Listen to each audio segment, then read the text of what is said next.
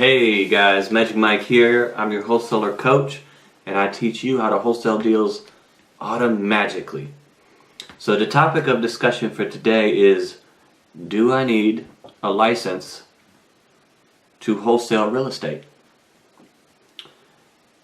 So, do you need a license, or if you already have a license? That's what we're going to be talking about. So the first thing with a license, and I mean real estate agent license, real estate broker license, all of that is in there. So there's one state that you have to have a license, and I believe it's Ohio. I don't have any students in Ohio, and I don't do deals in Ohio, so I don't know, but the law there states that in order to broker a deal, in order to be between somebody selling and somebody buying, you have to have a license. So there, you would just either have to double close. And if you want more info on that, you can join our group coaching calls or get in on the one-on-one. But for now, I'm going to be just talking about license. So when you get a license, you're going to have to get a license with a broker. A broker is a person who's had one for 3 years. So you have to have your license for 3 years before you can open up your own brokerage and do it yourself. And that's going to cost money. So to get a license, you have to go through, I believe, like 70 hours of study time that's documented, which is not bad. You've got to pass a test. You've got to pay for the test. And I believe you've got to pay every year to have the license reinstated for that year. You are also going to be put into a database. So, for example, this year is, for example, 2016. So if you were a realtor during that year, you may not be this year, but I can go online to reputable websites. It's very common for people to do this. I can get a list of all the realtors from 2016. So you're on that list. There's a record of you somewhere. There's your phone number, your email. All of that's just floating out there. And I don't like that. I want to be a ninja. I want to be hidden.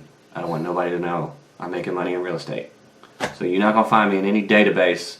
The only place you're going to find me is 100% financed. So once you have your license, you're going to have to hang it up with a broker. And by, hang it on a hook. So when you hang it with a broker, you might have to pay that broker a fee, or have a certain amount of listings you need to get with that broker. Someone was explaining it to me, and it's not a bad thing. It's almost like a pimp. You know, some of your money from your listings, like a percentage, you get, like normally what a agent gets is an agent will get like 2%, and then a certain percentage of that 2% then goes to the broker. Right? So you may have to, you just want access to the MLS, right? That's what you want the license for. So the short answer is, no, you don't really need a real estate agent's license, but it'll give you access to the MLS. And is it worth it to have access to the MLS if you've got to spend some of your time, which is way more valuable than money? It's the most valuable thing on the planet is time. Money, that's paper. You can print more paper, and of course they do print more paper. But you got to spend time marketing to get listings, or however many he or she wants you to get, and then you've got to list those, and then you've got to show up with, the sellers that want to list, and you've got to show up with the buyers, or whichever kind of agent you are, a buyer or a seller. Then you've also got to give him a cut. And so if you're going to focus on wholesaling, and you're not really focused on getting listings and being a realtor, because you really want to wholesale. That's where the money's at. Screw 2% on a $30,000 house.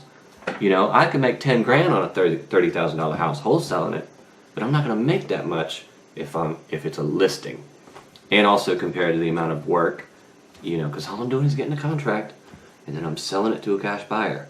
I don't have to show up to showings, hope somebody buys. I don't have to, sugarcoat things. I can, there's no roof on this house. There's no ceiling. so I can have them come down in the price. But if a seller and I'm a realtor, and they're going to list it, they may say, "No, we want to sell this for $100,000," and I've got to do that because they're my client. They're not my client if we're wholesaling. We're negotiating, and everything is negotiable. So I've got all these things I've got to do to keep the broker happy, right? But I've got access to the MLS. Another way that I would highly suggest is to make buddies with realtors. Lewis, for example, he has a realtor on his team who has access to the MLS. And they do all of his calculations for the ARV, the after repair value, and all of that. So, that's how he does it. Cool. But I have access through a sub login. I have a sub account, I guess what you call it. So I have my own account where I log in as an assistant of a realtor. So, normally I do listings, but what I really do is I send them a lead when I get somebody that doesn't want to, they don't want to sell it to me at my price. They want to see how much they can get. So as a favor, I pass those along to my realtor and she will list them. Now, I'm a big plan A person. I'm a big no plan B, burn the boats, blow up the bridges. The only escape is victory. That's the kind of person I am. So I do, it's like, dude, I'd rather have 10 grand than, a 2% listing. No offense if you're a realtor. If you're a good realtor, maybe you've got like so many of those 2% deals coming in, and maybe the houses are so much in value that 2% is like, 20 grand. I don't know. But for me, I'm not a good plan B person. If I know in the back of my mind I could list this property because I've got a license, if I had one, I'd be listing every single one. Because I'd always be falling back on that plan B. And I don't want to fall back on plan B. I want to fall back on plan A. I don't want to fall back at all, really. So I will go in every time trying to get that 10 grand or 20 grand, depending on the ARV of the property. Because that's what I want. I want the real money. I can do less deals than this extremely successful realtor, but I can make about the same amount of money. Isn't that good, right? Like, that's what we all want. And then also, if you have a license, one thing you've got to do is when the seller calls or you Google voice number, you've got to tell them, "Hey, Mr. or Mrs. Seller, I'm a realtor." So they'll know you're a realtor. You got to tell them. That's like the law with being a realtor. You got to tell. It's not like a cop. They don't have to tell you if they're a cop. But if they're a realtor and they pick up the phone, they got to tell you. So if you ask as a seller, "Are you a realtor?" they got to answer it yes, if they are. And my marketing going out says, "Why pay a realtor 3% when I can pay you instead?" Right? So they're not paying me anything. We come in and we buy as is. If there's junk on the floor, we're still buying it. They leave it all down. Whatever they don't want, they leave in the house. It's now ours, or it's our cash buyers, right? So I don't have to tell them I'm a realtor. And these are old people in my demographic. Again, in my area, it's all 65 or older who end up owning the properties that I target. And so I get some, no offense, but I'll get some people and they'll be like, "Are you a realtor? Are you not a realtor? I don't get it. Mr. Magic Mike, no, none of that confusion." And if they're calling the call center, they'll also call in and they'll know that person's not a realtor, right? But if you are a realtor and you already have your license, it may or may not be a problem. So the way that you would handle that is you would have a call center take the calls for you. The call center will take the calls. They're not a realtor.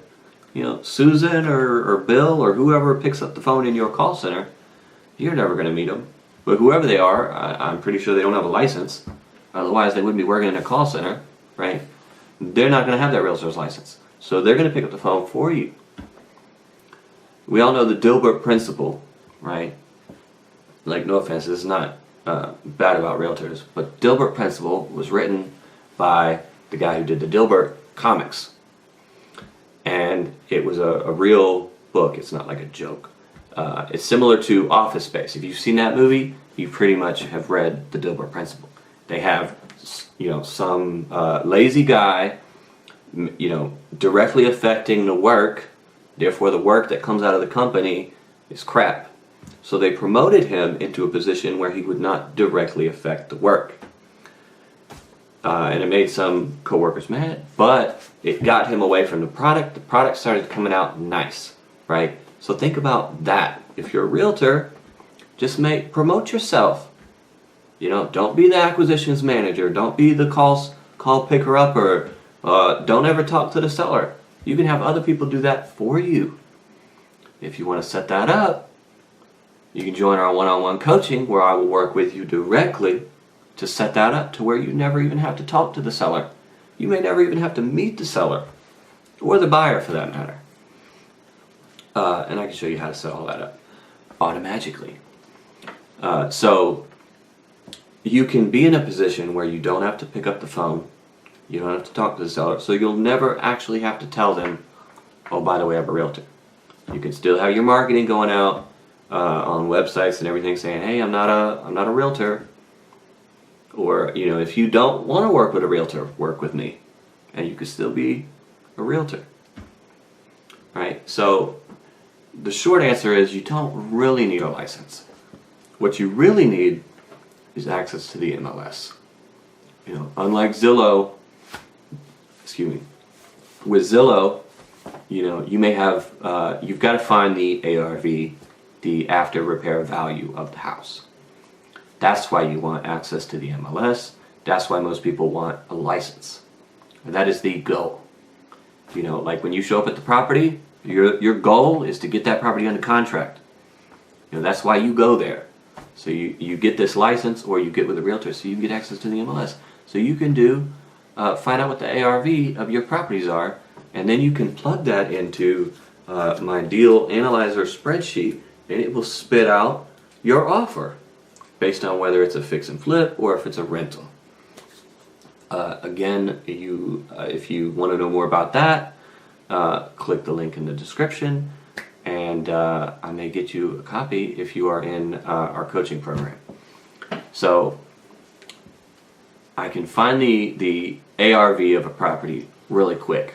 And the reason for this is when people go on Zillow, anybody can plug in what the property is. I can plug in how much it sold for. It's not all mandated. So with this realtor's license, only people who pay money or who have a license or work with a brokerage, they make sure that the information that goes in, because they're paying money for it, they make sure it's accurate information. That's what we're getting with the MLS.